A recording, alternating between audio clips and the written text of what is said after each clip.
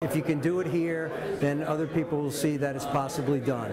Representative Tony Klein is leading the charge to establish the nation's first carbon tax right here in Vermont. The tax would target big oil companies like Irving. Companies would pay based on the amount of fuel sold in Vermont and the pollution from that. This comes after Energy Independent Vermont, a new environmental group, released a study saying such a tax would benefit the state. This policy will create jobs for Vermont, it will grow Vermont's economy, and it will cut Vermont's carbon pollution. If the tax started at 9 cents a gallon and increased to 45 per gallon over 10 years, the report says 1,000 jobs would be created.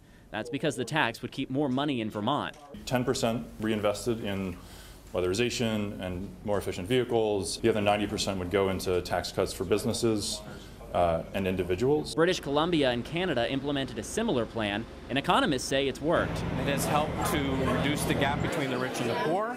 It's helped to reinvest in the British Columbian economy. But Matt Cota of the Vermont Fuel Dealers Association says the tax will be passed on to consumers, driving business out of state and hurting border towns.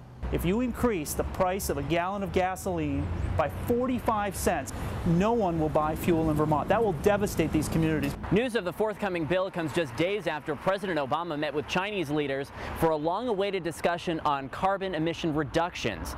There are some in the Green Mountain State that say any carbon tax discussion should also be left to the federal government. While Governor Shumlin says that would be best, Klein says Vermont should take the lead. But when he suggests that, and other folks suggest that better to be done regionally, I don't disagree with that. I agree with that, but you got to start somewhere. In Barrie, I'm Michael Page, Local 22 News.